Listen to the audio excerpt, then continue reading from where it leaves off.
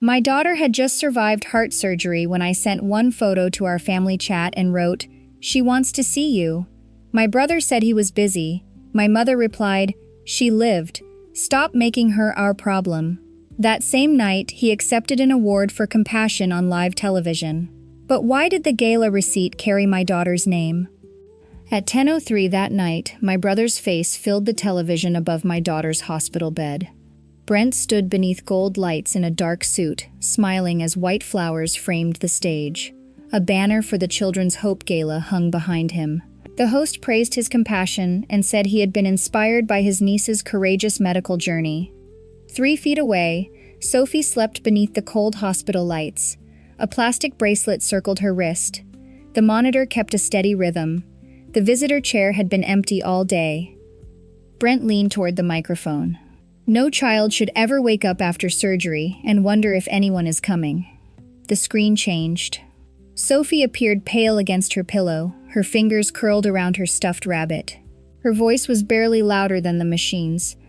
"I just wanted Grandma to come." No one in the room spoke. Even the reporter let the silence remain. Then the messages appeared. "She wants to see you." "Busy? Handle it." "She lived. Stop making her our problem." Beneath them was my own reply. "It's okay?" I stared at those words longer than the others. They were not true. They had never been true. They were the lie I used whenever my family hurt me and expected me to make the room comfortable again. The report moved to a gala document. $7,500 sponsorship, in honor of Sophie Mitchell. My hand tightened around the chair. I had never approved the use of Sophie's name. No one had asked me. No one had told me that her surgery and recovery had been placed inside my brother's public story. Minutes after the report ended, Natalie, the Channel 8 reporter, sent me a short video recorded at the gala. Brent stood motionless beneath the stage lights. My mother looked at her phone and covered her mouth. It slipped from her hand and struck the floor. Around them, the applause stopped. I could not know what either of them was thinking. I only knew that, for the first time, they were not controlling what everyone else saw. 6 hours earlier, I had not been trying to expose anyone. I had only wanted someone to sit in the empty chair beside my daughter. Sophie opened her eyes and asked whether Grandma was coming.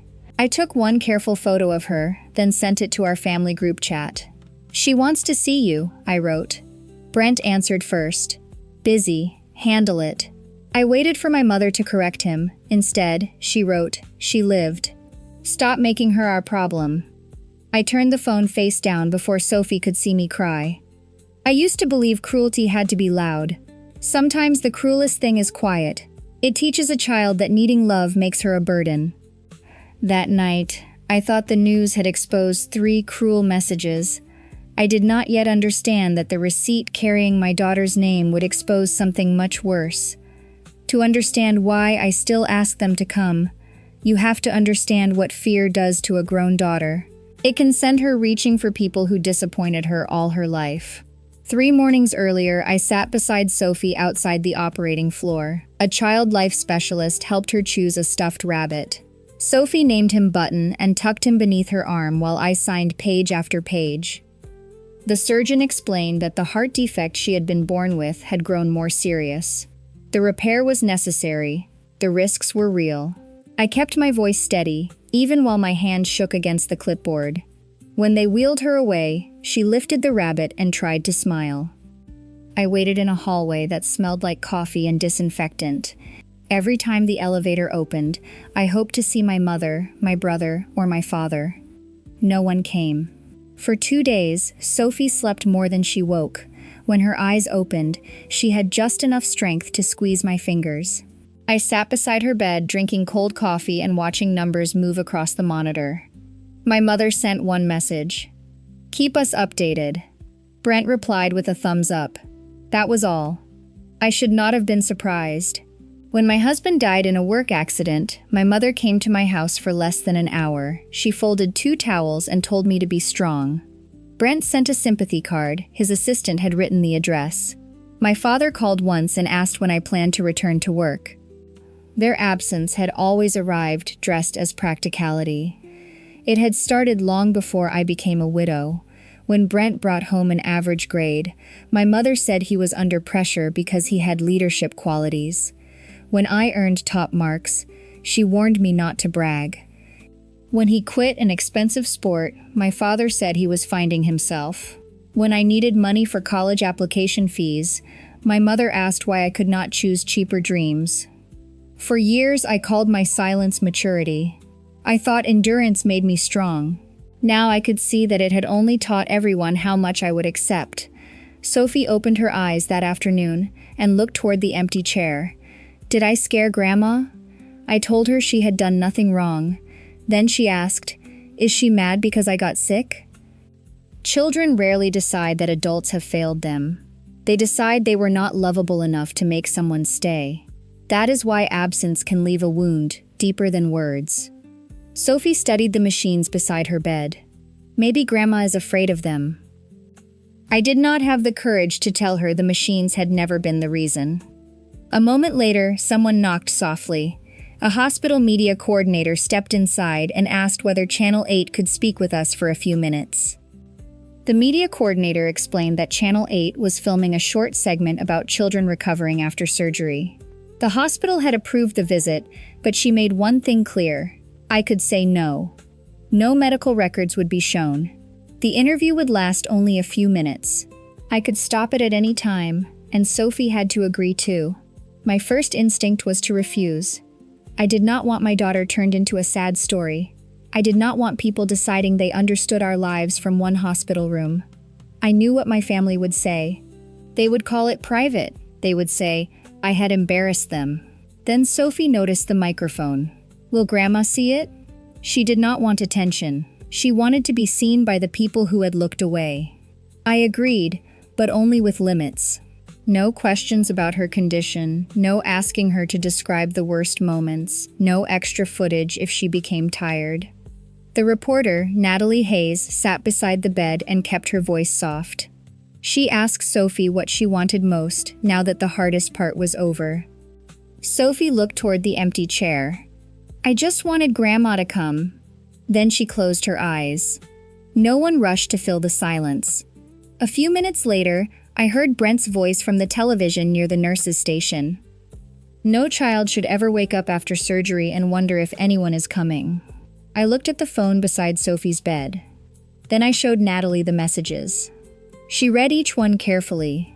She warned me that even with the names blurred, people who knew us might recognize the family. They wrote those words because they believed no one would ever see them, I said. Natalie showed me a document from the gala's media packet. $7,500. In honor of Sophie Mitchell. I told her I had never approved the use of Sophie's name. No one had informed me about the sponsorship. No one had asked permission. I did not accuse anyone of stealing. I did not know where the money came from. At 10 o'clock, the report aired. First came Brent's speech, then Sophie's sentence, then the family messages. Finally, the sponsorship document appeared.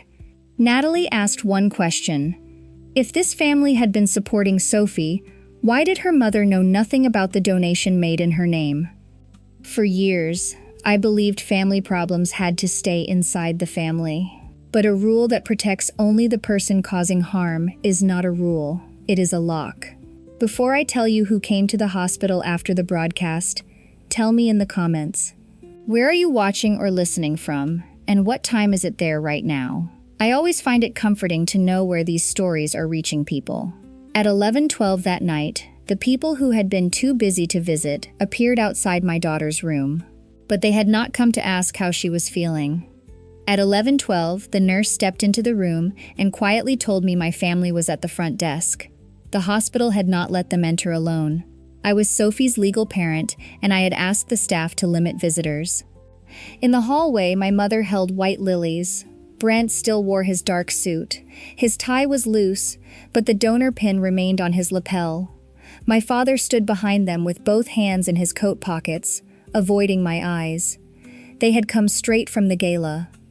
No one asked whether Sophie was in pain.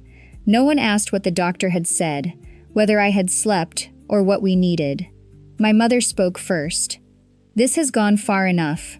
Brent asked whether I understood what the report had made him look like. "It made you look like the man who wrote the message," I said. "He wanted me to call Natalie.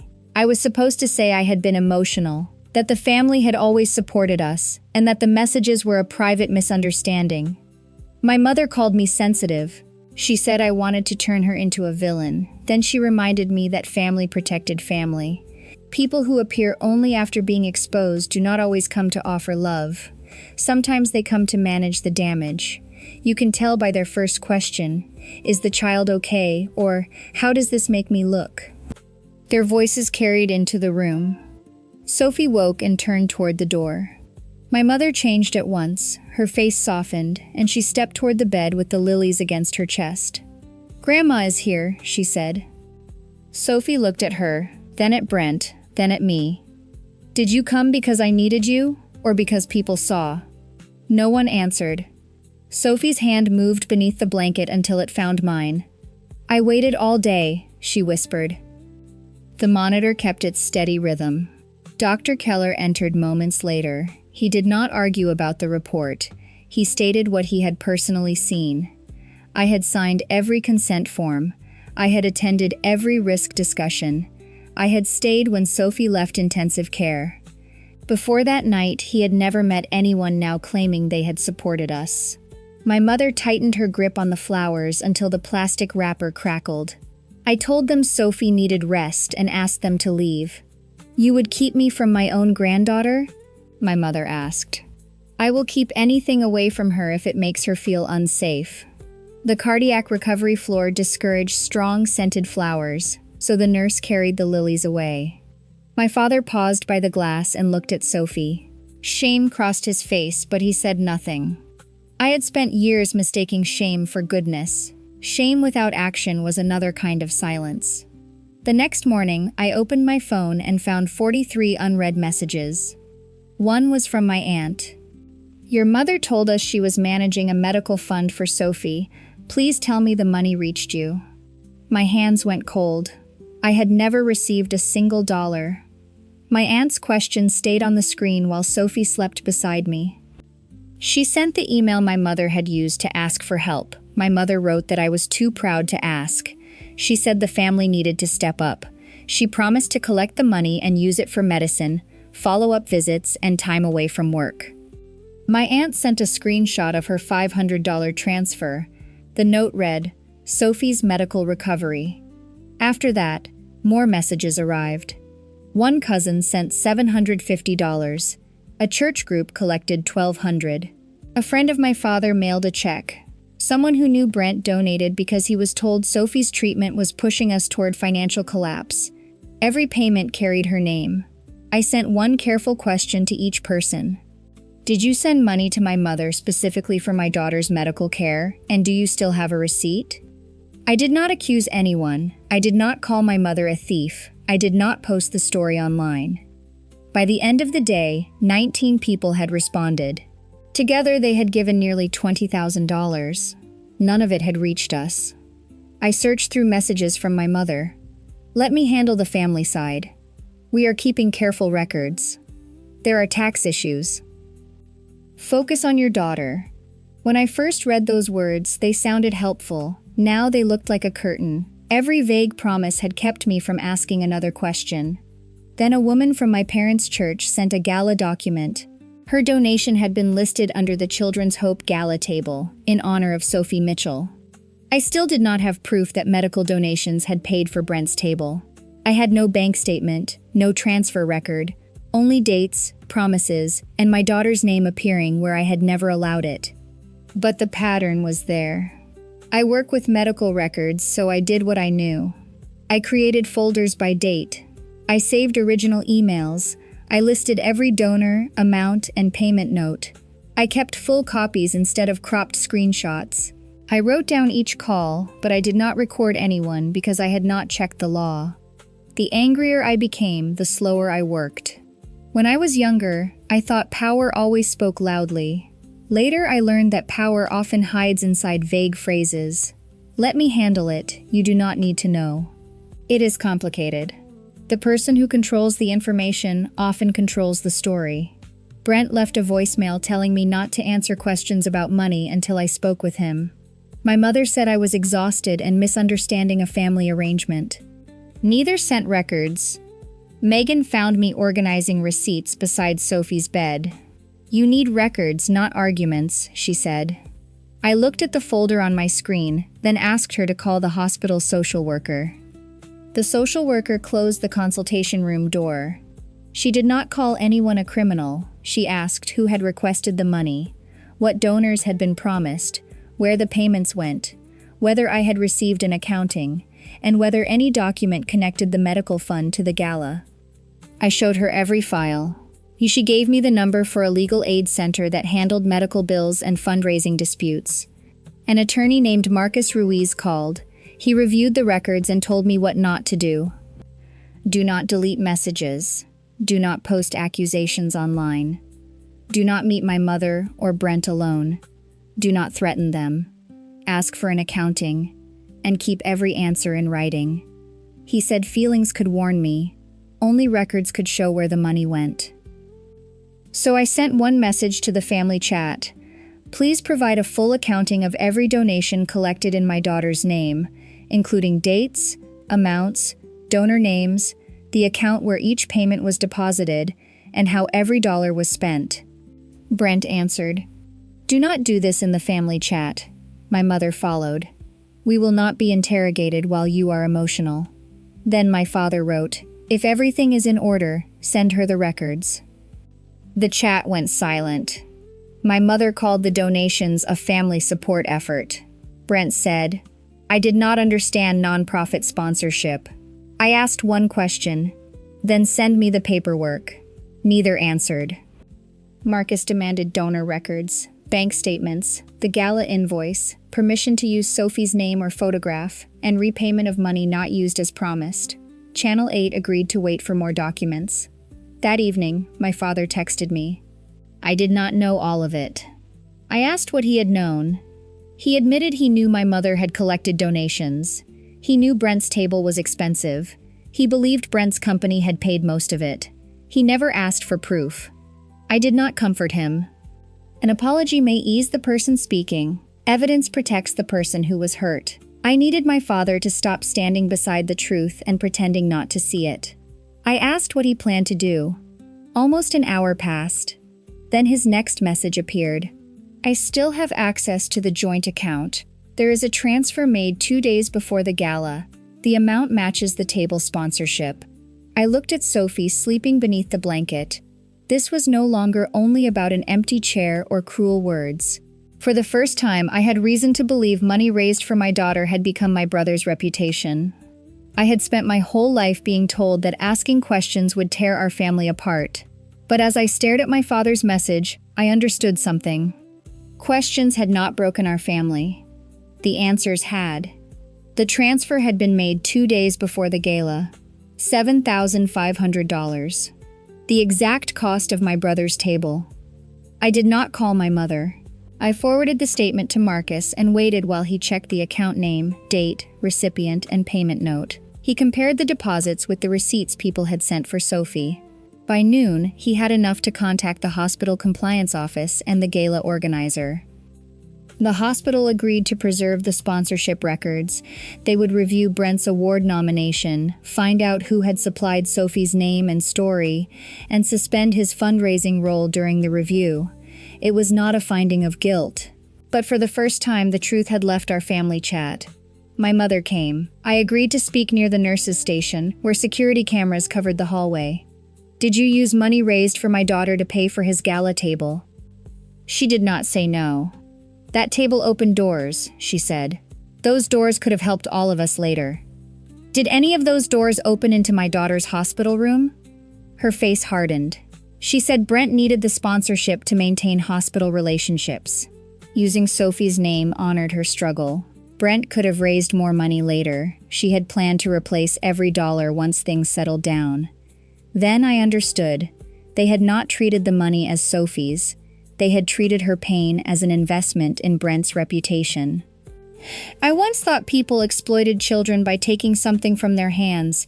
There was another way. They could take a child's story, wear it like proof of their goodness, and still leave that child hurting alone.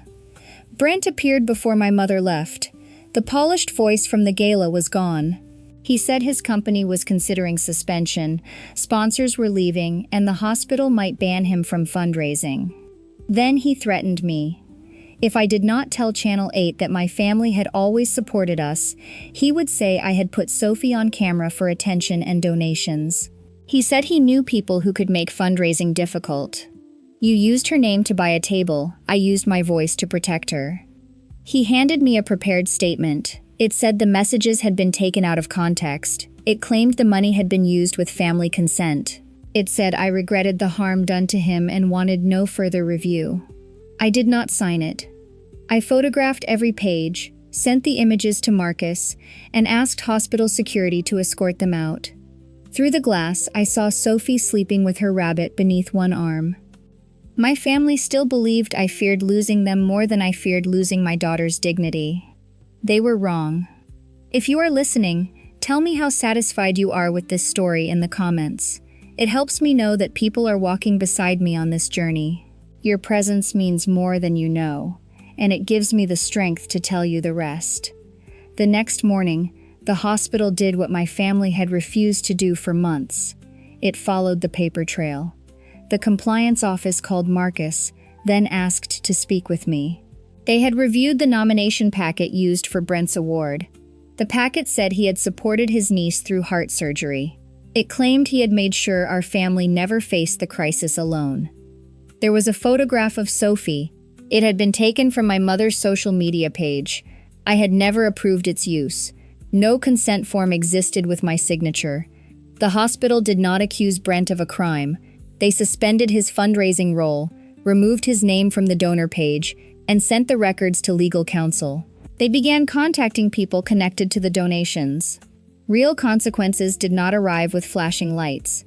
They arrived through emails, account reviews, and careful questions no one in my family could answer with tears or anger. My father sent Marcus more documents that afternoon. There were joint account statements, copies of checks, and an email from my mother saying the money would be held until Sophie's final bills arrived. The records showed the $7,500 payment for Brent's gala table. They showed a smaller payment for printed materials promoting him at the event. My father called after sending everything. I did not take the money, he said, but I made it easy for her to move it without questions. Not asking was still a choice. He was quiet, then he said he understood. He agreed to sign a statement for Marcus and answer every question the hospital asked. I did not forgive him that day, but for the first time, he had done something more useful than feeling ashamed. My family had always run on emotion. Whoever cried harder, spoke louder, or made the room more uncomfortable usually won. Records did not care who was the mother, who was the favored son, or who had spent years keeping the peace. Records kept dates, amounts, signatures. While the adults followed the money, Sophie worked on standing. Megan helped her sit upright, then take a few slow steps beside the bed. Sophie held the IVE pole with one hand and mine with the other. She reached the doorway and looked back at the bed. I walked across the whole room, she said. Later, she ate 3 bites of pancake and asked for one more. That small victory mattered more to me than any name disappearing from a donor page. Near the end of the day, Marcus called again. One donor had filed a formal complaint. A church group had asked my mother to explain why money meant for a sick child had appeared inside Brent's gala sponsorship. The story was no longer mine alone. The people who had trusted my mother were beginning to ask their own questions. The story no longer belonged only to me. My aunt gave Marcus a written statement confirming that her $500 had been meant for Sophie's medical care. The church group sent copies of their checks. One of Brent's business contacts admitted that Brent had used the gala table to meet sponsors and strengthen his public image. I did not ask anyone to attack my family. I did not post names or tell people what to think. They saw the records and made their own decisions. Within days, Brent's company placed him on leave from every community role. The gala committee withdrew his award while the review continued. My mother was asked to step away from the church charity board. Donors received a notice saying the money was being examined and that repayment requests would be honored if the funds had not been used as promised. The consequences were quiet, but they were real. My mother came to the hospital one more time. She carried no flowers. Her hair was neat, but her face looked tired. She stood near the nurse's station and said people were calling her a thief. She wanted me to tell them she had only managed the money differently. She said she had always planned to put it back. Then she said no one had truly been harmed because Sophie had survived. The words hit me harder than her tears. She was still measuring the damage by whether my daughter had died, as if pain, fear, debt, and abandonment did not count because Sophie was still breathing. "You keep asking me to protect you from what people call you," I said. "You never protected my daughter from what your choices made her feel."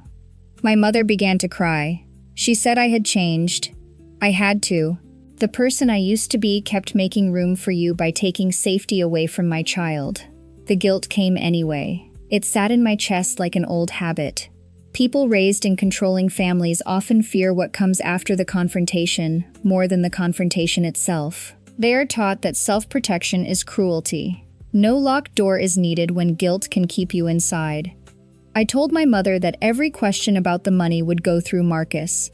She could not enter Sophie's room without my permission. She could not post Sophie's name, photograph, or medical information. Any future visit would depend on Sophie's recovery and on whether my mother showed change through action. I felt sorry for her. I did not change my decision. That evening, Marcus called. Brent and my mother wanted to negotiate. They were willing to return the money. There was one condition. The draft agreement arrived before midnight, carrying more restrictions than answers. It placed Sophie's money on one side and my voice on the other. They wanted my silence. The draft agreement sat on the table beside Sophie's medication schedule. Marcus read each condition slowly. My mother and Brent would return nearly $20,000. They would pay part of the medical bills and cover my legal fees. In return, I could not speak publicly about what happened. I had to ask Channel 8 to remove the reports. I had to say the money had been used through a family agreement. I had to give up every claim involving Sophie's name and photograph. Then Marcus reached the final condition. I could not help any donor who wanted to file a complaint. That was when I understood what they were really buying.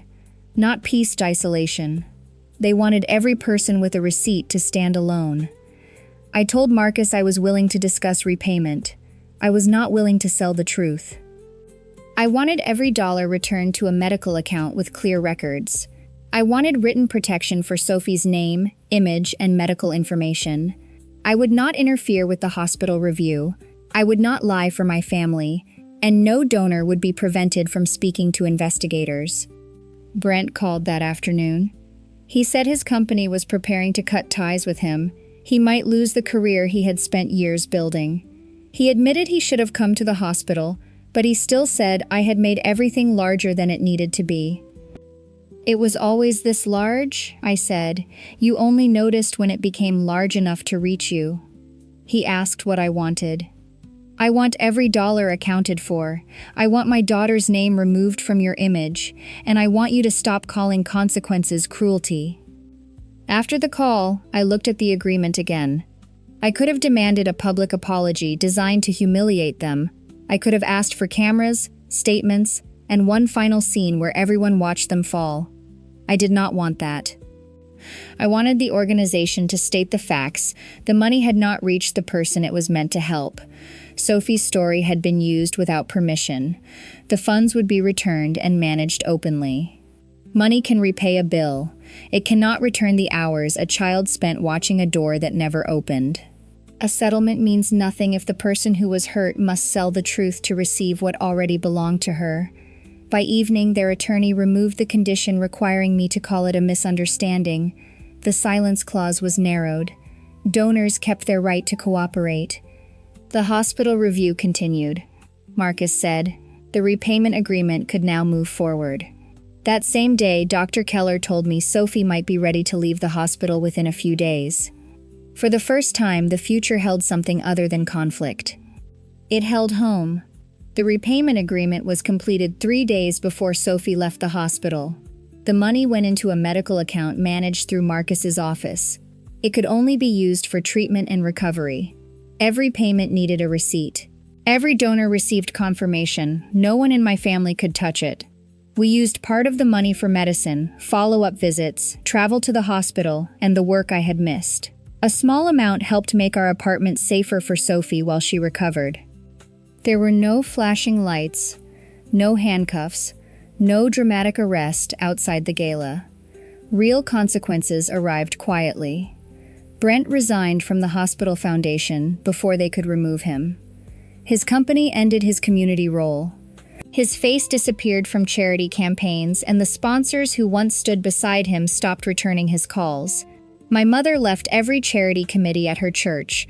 She had to send a letter explaining that money collected in Sophie's name had not reached us as promised. She was no longer allowed to use Sophie's picture or medical story. The people who once praised her kindness were asking questions she could not answer with tears. My father came to the hospital the day before Sophie was discharged. He brought no flowers. He carried a puzzle book, a soft blanket covered in stars, and an envelope containing a copy of the statement he had given Marcus. "I failed both of you," he said. I looked at the envelope. "What will you do differently?" He said he would keep cooperating. He would stop hiding behind silence. He would respect whatever Sophie decided about seeing him. I did not forgive him in that hallway. Forgiveness was not something he could request like permission to enter a room. Later I asked Sophie whether she wanted to see him. She nodded. My father sat beside her bed with the star blanket across his knees. Sophie studied his face. "Are you sorry because people found out, or because you did not come?" "Because I should have come." Sophie looked at me, then back at him. "Mom says sorry means you do better." He nodded. That was not forgiveness. It was a beginning. Adults often treat an apology like an ending. Children understand it more clearly. An apology is a promise that the next choice will be different. Maybe adults make forgiveness complicated because we want relief before we have earned trust. When Sophie left the hospital, she held her rabbit in her lap and watched the building through the car window. Then she asked whether other families had to sit alone the way we had. I told her some did. She was quiet. Maybe we can help them. Months later, we returned to the hospital carrying our first bags of supplies. Months later, Sophie returned to school 3 mornings a week. She still tired easily. Some nights, she woke from dreams about hospital lights. I sat beside her until her breathing slowed. Little by little, her laughter came back. When footsteps passed our apartment door, she no longer looked up as if she were waiting for someone who had forgotten her. We called our small project the Open Chair Fund. The name came from the empty chair beside her hospital bed. I once saw that chair as proof that no one had come. Now I wanted it to mean something else. No parent should sit alone because the people they trusted stayed away. We started small. A grocery store donated meal cards. A parking company gave us passes. Friends collected phone chargers, sweatshirts, gas cards, and stuffed animals. Marcus helped us create simple rules, so every gift had a record, and every dollar had a purpose. There were no speeches or cameras. There were only bags. Megan kept them behind the nurse's station for parents who arrived carrying nothing except fear. The first time we returned, Sophie carried a stuffed rabbit for another child. She held it against her chest as we walked down the hallway. "Is this because Grandma did not come?" she asked. "Partly." She thought about that. "And because someone should?" "That part matters more." Her question showed me how far we had come. Our lives were no longer centered on the people who failed us. We were focusing on the people we could help. That evening, a message arrived from a number I did not know. "Can we see her someday?" I knew it was my mother. I did not answer.